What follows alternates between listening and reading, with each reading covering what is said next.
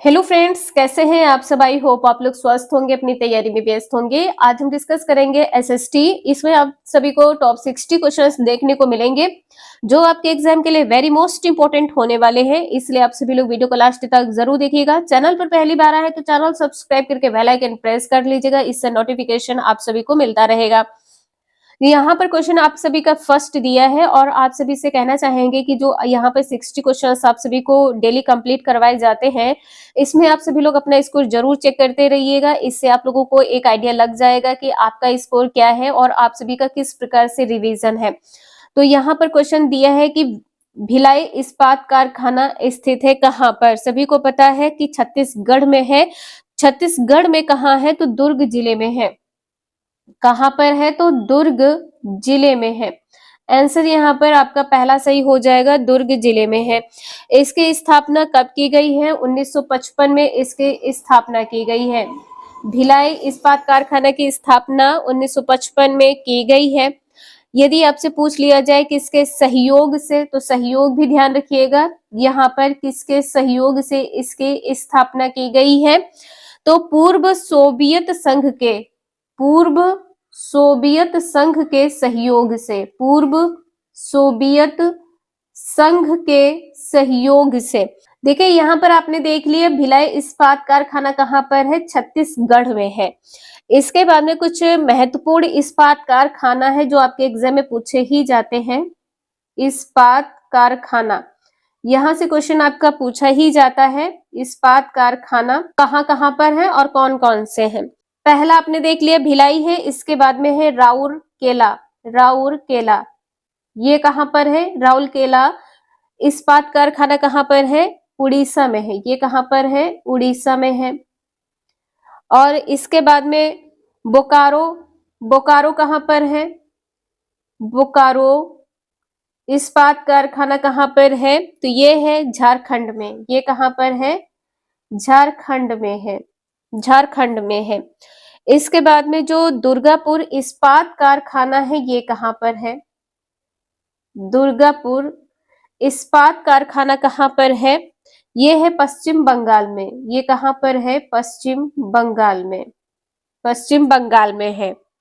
इसके बाद में जो इसको इस्पात कारखाना है, जो इसको इस्पात कारखाना है ये कहां पर है तो ये भी पश्चिम बंगाल में है। इसको इस्पात कारखाना ये कहां पर है? पश्चिम बंगाल में है। इस्पात कारखाना कहां पर है? पश्चिम बंगाल में है इस्पात कारखाना। और आप लोगों को यदि पता हो कि सलेम, ये जो सलेम इस्पात कारखाना है ये कहां पर है? जो सलेम इस्पात कारखाना है ये है तमिलनाडु में। ये कहां पर है तो ये तमिलनाडु में है। किसी क्वेश्चन में कोई डाउट लगे तो प्लीज आप सभी लोग क्वेश्चन नंबर जरूर मेंशन कर दीजिएगा। नेक्स्ट है निम्नलिखित सेलों में से कौन सा अवसादी सेल का उदाहरण है? आंसर यहाँ पर थर्ड सही हो जाएगा, सेल है। इसके बाद में जो और अवसादी चट्टान है इनके उदाहरण क्या है? अवसादी सेल कहिए या चट्टान कहिए, इनके और क्या उदाहरण है तो यहाँ पर जिप्सम हो जाएगा। जिप्सम भी आप सभी का रीड पेपर में कई बार पूछा जा चुका है। और डोलोमाइट है, और यहाँ पर डोलोमाइट है। डोलोमाइट ये भी आप सभी का अवसादी सेल से संबंधित है। और यहाँ पर कोयला भी हो जाएगा। यहाँ पर कोयला भी हो जाएगा। कोयला है, चूना पत्थर है, कोयला है, चूना पत्थर। और यहाँ पर बलुआ पत्थर है और बलुआ पत्थर।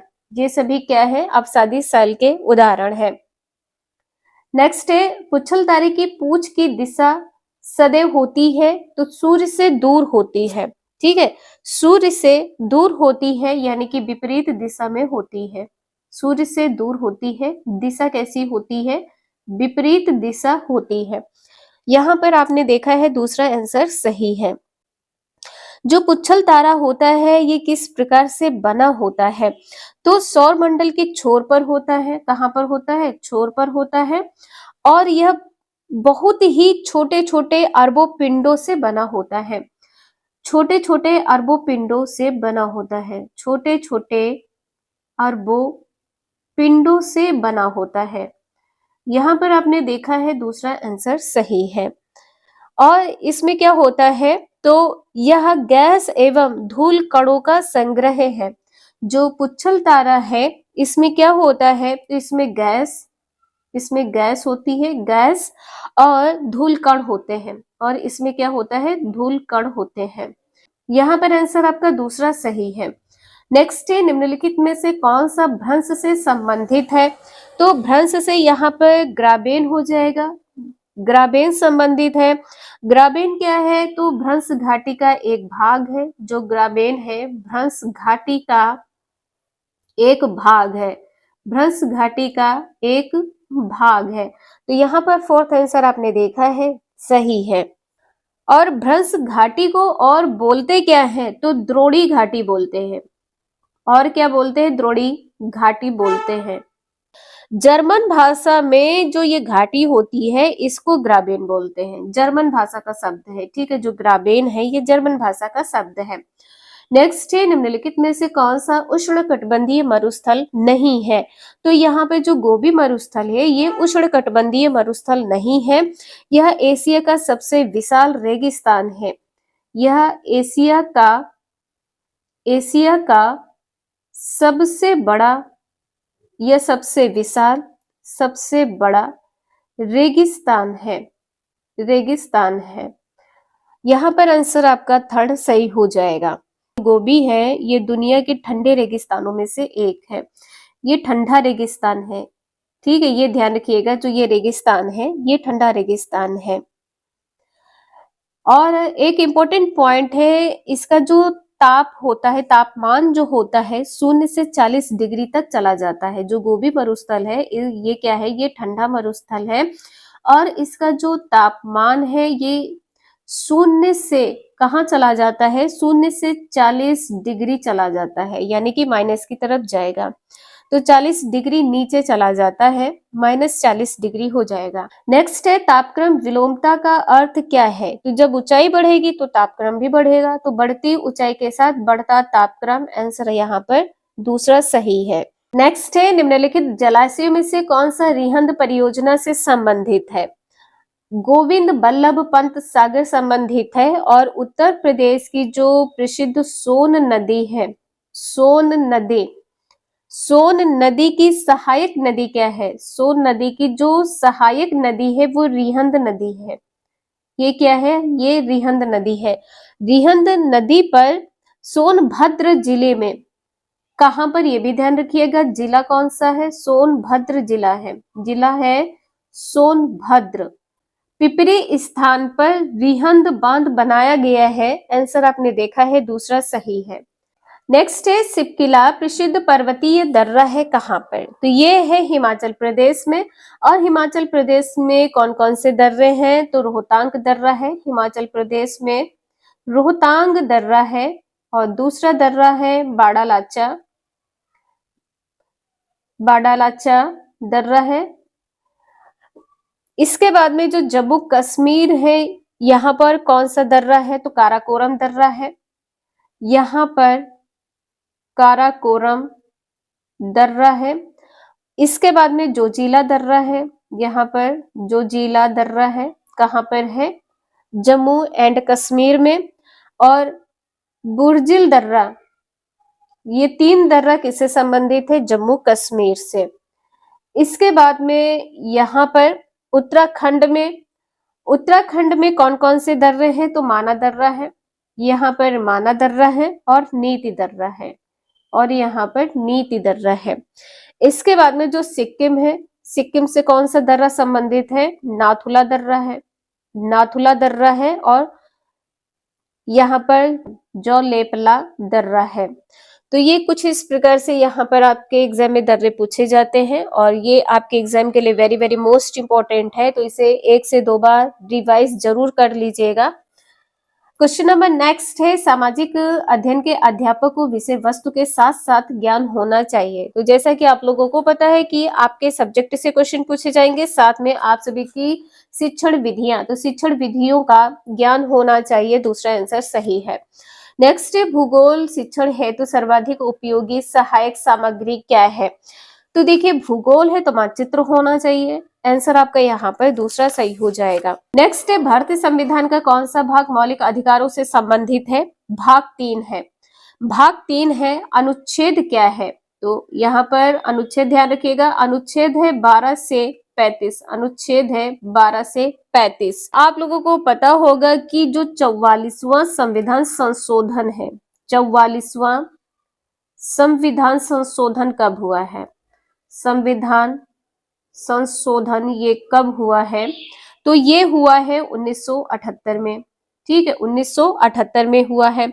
और इस संशोधन के द्वारा संपत्ति के अधिकार को, इस संविधान संशोधन के द्वारा जो संपत्ति का अधिकार है, संपत्ति के अधिकार को, तो यहाँ पर जो संपत्ति का अधिकार है इसको हटा दिया गया है और संपत्ति के अधिकार को क्या कहा गया है? कानूनी अधिकार। तो यहाँ पर दो इंपॉर्टेंट पॉइंट ये है कि जो 44वां संविधान संशोधन हुआ है कब? 1978 में। इसमें संपत्ति के अधिकार को मूल अधिकार से हटा दिया है। ठीक है, इसमें मूल अधिकार से हटा दिया गया है। तो जो संपत्ति का अधिकार है ये किस प्रकार का अधिकार है? तो ये है संवैधानिक अधिकार। ये किस प्रकार का अधिकार है? तो ये है संवैधानिक अधिकार। और संवैधानिक अधिकार किस अनुच्छेद के तहत है? यदि अनुच्छेद पूछ लिया जाए तो 300 का के अंतर्गत ये क्या है? ये कानूनी अधिकार है। ठीक है, ये कानूनी अधिकार है। कौन सा? संपत्ति का जो अधिकार है ये एक प्रकार का कानूनी अधिकार है। और आपसे ये भी पूछा जा सकता है कि वर्तमान में जो है आपके कितने मूल अधिकार हैं? तो जब एक अधिकार हटा दिया गया तो कितने बचे? 6 अधिकार बचे। और मूल संविधान में कितने अधिकार थे? तो 7 अधिकार थे। तो यहाँ पर 6 अधिकार कौन कौन से हैं ये भी आप लोग देख लीजिए, जो आपके एग्जाम के लिए इंपॉर्टेंट है। तो यहाँ से क्वेश्चन आपके एग्जाम में पूछा ही जाता है। और सबसे ज्यादा क्वेश्चन जो है आप सभी लोग बिल्कुल रट ही लीजिएगा, भाग 3 1 से भाग 8 तक जरूर रट लीजिएगा। पूरा पेपर आप सभी को यहीं से मिल जाएगा। तो देखिए अब यहाँ पर जो है मूल अधिकार कौन कौन से हैं? मूल अधिकार भी पूछे जाते हैं। मूल अधिकार कौन कौन से हैं? तो पहला है समता का अधिकार। पहला है समता का अधिकार। इसके बाद में है स्वतंत्रता का अधिकार। इसके बाद में है स्वतंत्रता का अधिकार। और इसके बाद में क्या हो जाएगा? स्वतंत्रता का अधिकार के बाद में है शोषण के विरुद्ध अधिकार। शोषण के विरुद्ध अधिकार है। और यहाँ पर धर्म की स्वतंत्रता का अधिकार है। धर्म की स्वतंत्रता, धर्म की स्वतंत्रता का अधिकार है। और इसके बाद में संस्कृति एवं शिक्षा संबंधी अधिकार है। संस्कृति एवं शिक्षा एक में है, संस्कृति एवं शिक्षा का अधिकार है। इसके बाद में है संवैधानिक उपचारों का अधिकार। इसके बाद में है संवैधानिक उपचारों का अधिकार, संवैधानिक उपचारों का अधिकार। तो ये जो 6 मूल अधिकार है आपके एग्जाम में पूछे जाते हैं, इसलिए आप सभी लोग इसका रिवीजन जरूर कर लीजिएगा। यहाँ पर पूछा गया है कि जो पंचायती राज है इसको सुदृढ़ करने हेतु भारतीय संविधान में निम्नलिखित में से कौन सा संशोधन किया गया है? पंचायती राज के लिए 73वां संविधान संशोधन हुआ है, जो हुआ है 1992 में। ठीक है, 1992 में हुआ है। भाग 4 में क्या कहा गया है? जो भाग 4 है इसमें क्या कहा गया है? भाग 4 अनुच्छेद 40, भाग 4 अनुच्छेद 40 में कहा गया है ग्राम पंचायतों का गठन। ग्राम पंचायतों का गठन, ग्राम पंचायतों का के गठन का उपबंध किया गया है। गठन का उपबंध, ग्राम पंचायतों के गठन का उपबंध किस अनुच्छेद में किया गया है? अनुच्छेद 40 से भाग 4 है। नेक्स्ट है अंतरराष्ट्रीय न्यायालय का मुख्यालय कहाँ स्थित है? सभी को पता है हेग में स्थित है। कहाँ पर? नीदरलैंड के हेग में स्थित है। ये भी आप सभी लोग जरूर ध्यान रखिएगा। तो जितने भी इंपॉर्टेंट पॉइंट है ये आप सभी को कवर करवाते हुए चल रहे हैं, तो इस एफर्ट के लिए प्लीज एक लाइक जरूर कर दीजिएगा। तो देखिए यहाँ पर जो है, जो हेग है अंतरराष्ट्रीय का मुख्यालय कहाँ पर? हेग में है। और हेग कहाँ पर? तो नीदरलैंड। यहाँ पर क्या हो जाएगा? Netherland, Netherland. और इसकी स्थापना कब हुई है? तो जो इसकी स्थापना है ये इसकी स्थापना जून 1945 में हुई है। जून 1945 में हुई है। और जो इसका कार्य है ये शुरू कब हुआ है? तो यहाँ पर जो कार्य है ये शुरू कब हुआ है? कार्य शुरू हुआ है अप्रैल में। अप्रैल में शुरू हुआ है। शुरुआत कह सकते हैं। शुरुआत कब हुई है? अप्रैल में हुई है। और इसमें जो न्यायाधीशों की संख्या थी ये 15 थी। तो न्यायाधीशों की संख्या यदि पूछ लिया जाए तो कितनी होगी? न्यायाधीशों की संख्या 15। ठीक है, न्यायाधीशों की संख्या 15। और इसमें जो नियुक्त की जाती थी तो इसमें कितने वर्षों के लिए होती थी? तो जो नियुक्ति वर्ष है ये क्या है? नियुक्ति वर्ष 9 वर्ष है। नियुक्ति वर्ष क्या है? 9 वर्ष है। आंसर आपने देखा है यहाँ पर थर्ड सही है। इसके बाद में है जनसंख्या नियंत्रण व परिवार नियोजन विषय भारतीय संविधान के अंतर्गत किस सूची में शामिल है? तो ये समवर्ती सूची हो जाएगा। समवर्ती सूची में शामिल है। और समवर्ती सूची में और क्या है? तो यहाँ पे बिजली, शिक्षा, वन और विभाग ये सभी संबंधित है। तो समवर्ती सूची में क्या हो जाएगा? बिजली। समवर्ती सूची में बिजली, वन, शिक्षा ये सभी किससे संबंधित है? समवर्ती सूची से संबंधित है। आंसर यहाँ पर आपने देखा है थर्ड सही है। इसके बाद में निम्नलिखित में से कौन सा निदेशक सिद्धांत विदेश नीति से संबंधित है? जो विदेश नीति से संबंधित है अनुच्छेद 51 है। अनुच्छेद 51 देखिए, जो अनुच्छेद 51 है किस भाग के तहत आता है? तो यहाँ पर भाग क्या हो जाएगा? भाग 4। ठीक है, भाग 4 में अनुच्छेद क्या हो जाएगा? भाग 4 में अनुच्छेद 36 से 51। 36 से 51 में किसका उल्लेख किया गया है? नीति निदेशक सिद्धांतों का उल्लेख किया गया है। नेक्स्ट है सामुदायिक विकास कार्यक्रम शुरू किया गया था, वर्ष क्या है यहाँ पर? तो वर्ष 1552 हो जाएगा। पहला आंसर आपका सही है। और आप लोगों को पता होगा प्रथम पंचवर्षीय योजना समय क्या है? प्रथम पंचवर्षीय योजना की जो शुरुआत है किसके दौरान की गई है? तो अप्रैल 1951 से 1956 के दौरान की गई है। नेक्स्ट है भारत में उच्चतम न्यायालय ने भारतीय संविधान के बुनियादी ढांचे का सिद्धांत दिया है। तो यहाँ पर आंसर आपका फोर्थ सही हो जाएगा, केशवानंद भारती के मामले में। और ये क्या हो जाएगा यहाँ पर? 1973। यहाँ पर 1973 हो जाएगा। नेक्स्ट है भारतीय संविधान के किस अनुच्छेद के अंतर्गत राज्यपाल एक विधेयक को राष्ट्रपति की स्वीकृति के लिए सुरक्षित रखने की शक्ति रखता है? सुरक्षित रखने की शक्ति है अनुच्छेद 200 में। तो यहाँ पर आंसर आपका थर्ड सही हो जाएगा, अनुच्छेद 200 में। अनुच्छेद 213 में क्या कहा गया है? राज्यपाल को अध्यादेश जारी करने की शक्ति है। राज्यपाल के पास क्या है? अध्यादेश जारी करने की शक्ति।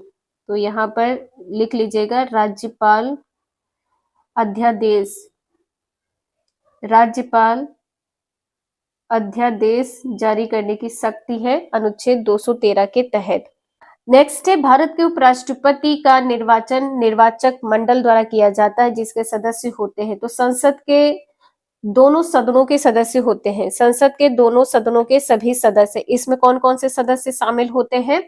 तो इसमें जो निर्वाचित सदस्य होते हैं ये शामिल होते हैं, और प्लस यहाँ पर मनोनीत सदस्य शामिल होते हैं।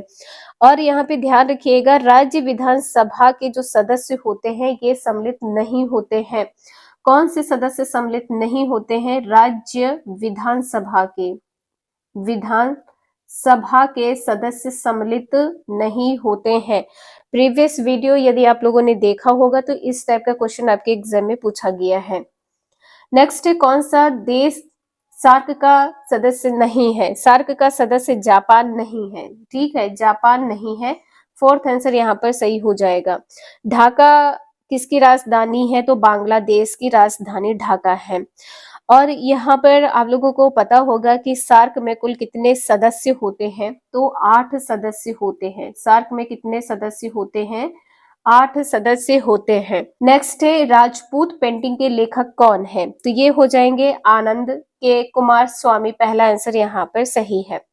नेक्स्ट है लोक कला का संबंध है किससे? क्षेत्रीय कला से, पहला आंसर यहाँ पर सही हो जाएगा। क्षेत्र की संस्कृति से संबंधित होता है, क्षेत्र की संस्कृति, तो आपका आंसर यहाँ पर पहला सही है। नेक्स्ट है ज्यामितीय डिजाइन कहते हैं किसको? तो देखिए जो ज्योमेट्री होती है, जो ज्यामिति होती है, इसमें आप सभी को त्रिभुज, वर्ग, आयत और यहाँ पर घन, क्यूब सभी देखने को मिलते हैं। ठीक है, तो आपका आंसर यहाँ पर क्या हो जाएगा? ज्यामितीय आकारों से बने डिजाइन को कहते हैं, दूसरा आंसर सही है। नेक्स्ट है एपड़ का संबंध किस राज्य से है? तो एपड़ का संबंध उत्तराखंड की पारंपरिक कला से है, उत्तराखंड की पारंपरिक कला से है, आंसर यहाँ पर आपका फोर्थ सही है। नेक्स्ट है हिंदुस्तानी संगीत में श्रुतियों की कुल कितनी संख्या मानी गई है? तो इसमें मानी गई है 22, यहाँ पर आंसर आपका 22 सही हो जाएगा।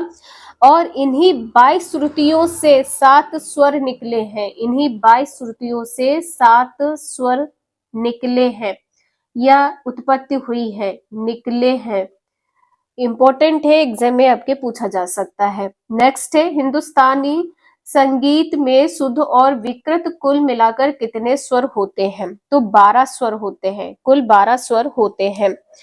नेक्स्ट है चार ताल का प्रयोग किस गायकी के साथ किया जाता है? चार ताल तो ध्रुव पद के साथ किया जाता है, आंसर थर्ड सही है। नेक्स्ट है इनमें से कौन तबला वादक नहीं है?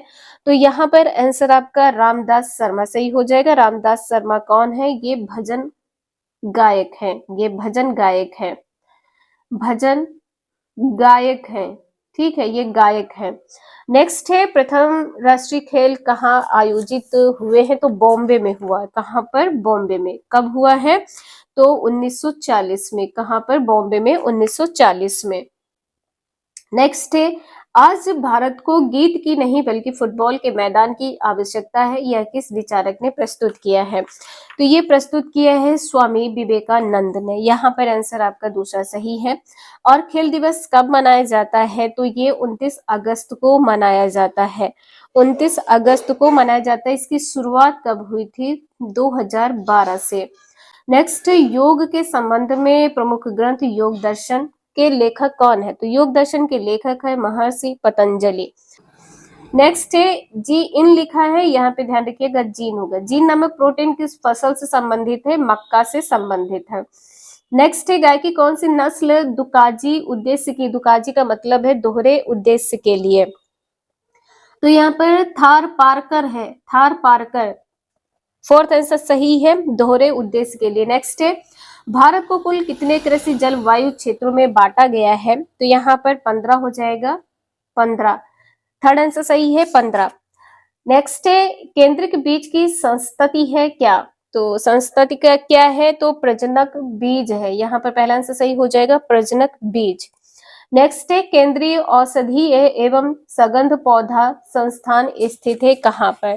तो ये स्थित है लखनऊ में, आंसर यहाँ पर आपका फोर्थ सही हो जाएगा। और इसके बाद में कुछ इंपॉर्टेंट पॉइंट इसमें भी हैं, तो आप लोग देख लीजिए, आपके एग्जाम के लिए इंपॉर्टेंट है, कोई भी क्वेश्चन कहीं से भी पूछा जा सकता है। तो देखिए सबसे पहले आपने देख लिया है, ये लखनऊ हो गया। अब यहाँ पर हम बात करते हैं हैदराबाद की, तो हैदराबाद यहाँ पर क्या हो जाएगा? राष्ट्रीय भूभौतिक अनुसंधान, राष्ट्रीय भूभौतिक अनुसंधान, भूभौतिक अनुसंधान कहाँ पर है? हैदराबाद में, अनुसंधान हैदराबाद में है। इसके बाद में है नई दिल्ली, यहाँ पर दूसरे पॉइंट पर नई दिल्ली। नई दिल्ली में क्या है? तो नई दिल्ली में है भारतीय कृषि अनुसंधान, भारतीय कृषि अनुसंधान, भारतीय कृषि अनुसंधान कहाँ पर है? नई दिल्ली में है। भोपाल में क्या है? इंदिरा गांधी राष्ट्रीय मानव संग्रहालय है। भोपाल में क्या है? इंदिरा गांधी, इंदिरा गांधी राष्ट्रीय मानव संग्रहालय है, कहाँ पर? भोपाल में। नेक्स्ट है मार्मलेड बनाने के लिए सबसे उपयुक्त फल क्या है? माल्टा है। आंसर यहाँ पर आपका थर्ड सही हो जाएगा, माल्टा है। नेक्स्ट है केंद्रीय खाद्य प्रौद्योगिकी अनुसंधान स्थित है कहाँ पर? तो ये स्थित है मैसूर। मैसूर कहाँ? कर्नाटक। कर्नाटक में। कहाँ पर? कर्नाटक में।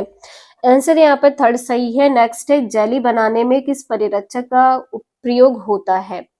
तो किसका प्रयोग होता है? शर्करा यानी कि चीनी का प्रयोग होता है। चीनी का प्रयोग होता है। नेक्स्ट है केसर प्राप्त किया जाता है किससे? तो पुष्प वर्तिकाग्र से। आंसर यहाँ पर आपका थर्ड सही हो जाएगा, पुष्प वर्तिकाग्र से। नेक्स्ट है मानव शरीर में कुल कितनी पसलियां होती हैं? तो 24 पसलियां होती हैं। नेक्स्ट है टीएबी का टीका किस रोग से बचाव करता है? तो मियादी बुखार हो जाएगा। यहाँ पर क्या हो जाएगा? मियादी बुखार।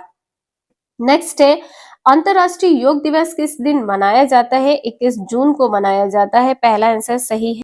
इसकी शुरुआत 2014 से मानी जाती है। नेक्स्ट है किन वस्त्रों में गोंद के कलफ का उपयोग होता है? गोंद के कलफ का उपयोग रेशमी वस्त्र में होता है। नेक्स्ट है अष्टाध्याय के लेखक कौन है? अष्टाध्याय के लेखक है पाणिनि। वेद व्यास किसके लेखक हैं? महाभारत के। वेद व्यास महाभारत के लेखक हैं। और यहाँ पर रामायण के लेखक कौन है? वाल्मीकि। रामायण के लेखक कौन है? वाल्मीकि। रामायण के लेखक वाल्मीकि हैं। नेक्स्ट द्वितीय बौद्ध संगीत का आयोजन किसके शासन काल में हुआ है? तो कालाशोक के शासन काल में हुआ है। कालाशोक के शासन काल में हुआ है। क्वेश्चन नंबर नेक्स्ट है अकबर ने इबादत खाना का निर्माण करवाया था कहाँ पर? तो ये करवाया फतेहपुर सीकरी में। कहाँ पर करवाया? फतेहपुर सीकरी में। कब करवाया है? 1575 ईस्वी में। नेक्स्ट है आर्य समाज की स्थापना हुई थी किस वर्ष? तो ये हो जाएगा 1875। 10 अप्रैल 1875। 10 अप्रैल 1875। कहाँ पर? तो बंबई में। कहाँ पर? बंबई में। किसके द्वारा की गई है? स्वामी दयानंद सरस्वती के द्वारा। स्वामी दयानंद सरस्वती के द्वारा। नेक्स्ट है इनमें से कौन काकोरी कांड से संबंधित नहीं था? तो सूर्यसेन हो जाएगा। और कौन शामिल नहीं था? तो भगत सिंह। सूर्यसेन और भगत सिंह शामिल नहीं थे। नेक्स्ट है दीन ए इलाही की स्थापना किसने की है? तो सभी को पता है अकबर ने की है। किसने की है? अकबर ने की है। कब किया है? तो 1582 में। 1582 में किया है। यहाँ पर आंसर आपका थर्ड सही हो जाएगा। नेक्स्ट है वैन सॉन्ग किसके शासनकाल में भारत आया था? हर्षवर्धन के काल में भारत आया था और ये 15 साल तक भारत में रहा है, 15 वर्षों तक। और ये कौन सी ईस्वी में आया था? तो 630 ईस्वी में भारत आया था। 630 ईस्वी में भारत आया था। नेक्स्ट है इन बादशाहों में से किसे कलंदर कहा जाता है? बाबर को कलंदर कहा जाता है। पहला आंसर सही है। नेक्स्ट है बंगाल का विभाजन करने वाला गवर्नर जनरल कौन था? तो लॉर्ड कर्जन। आंसर यहाँ पर आपका पहला सही हो जाएगा, लॉर्ड कर्जन। नेक्स्ट है कुंवर सिंह किस राज्य के जमींदार थे? तो जगदीशपुर के जमींदार थे। जगदीशपुर यहाँ पर आंसर सही है। और भोजपुर जिले के जगदीशपुर, यदि आपसे पूछ लिया जाए कहाँ जिला क्या है, तो भोजपुर जिला है। भोजपुर जिले के जगदीशपुर में। नेक्स्ट है निम्नलिखित में से कौन सी शिक्षण सहायक सामग्री महाद्वीपों में आनुपातिक क्षेत्र एवं आकार को दर्शाने में सर्वाधिक उपयुक्त है? तो यहाँ पर आंसर आपका ग्लोब सही हो जाएगा। थर्ड आंसर आपका सही है। नेक्स्ट है भूगोल शिक्षण की उपयुक्त विधि क्या है? भ्रमण विधि है। आंसर यहाँ पर आपका पहला सही हो जाएगा। और यहाँ पर प्रोजेक्ट विधि यदि होता तो भी आपका आंसर सही होता। प्रोजेक्ट विधि ये भी आपका सही है। किसमें आएगा? भूगोल शिक्षण में आ जाएगा। यात्रा वृतांत, इसमें यात्रा वृतांत किसमें आएगा? भूगोल शिक्षण में। नेक्स्ट है मानचित्र को समझने की सर्वव्यापी भाषा को समझा जा सकता है ऋण चिन्हों से। यहाँ पर दूसरा आंसर सही है। नेक्स्ट है यू आकार की घाटी का निर्माण होता है हिम नदी के द्वारा। हिम नदी के द्वारा। नेक्स्ट है ऑस्ट्रेलिया की राजधानी क्या है? तो कैनबरा है। ऑस्ट्रेलिया की राजधानी कैनबरा है। आंसर आपका दूसरा सही हो जाएगा। तो आपने देखा ये 60 क्वेश्चन आपके एग्जाम में पूछे गए हैं और जो आपके एग्जाम के लिए वेरी वेरी मोस्ट इंपॉर्टेंट होने वाले हैं। और आप लोगों को ये भी पता है कि प्रीवियस क्वेश्चंस जो होते हैं ये रिपीट होते हैं, इसलिए आप सभी लोग इनका रिवीजन जरूर करते रहिएगा। आज के लिए इतना ही, मिलते हैं नेक्स्ट क्लास में। Thank you for watching this video.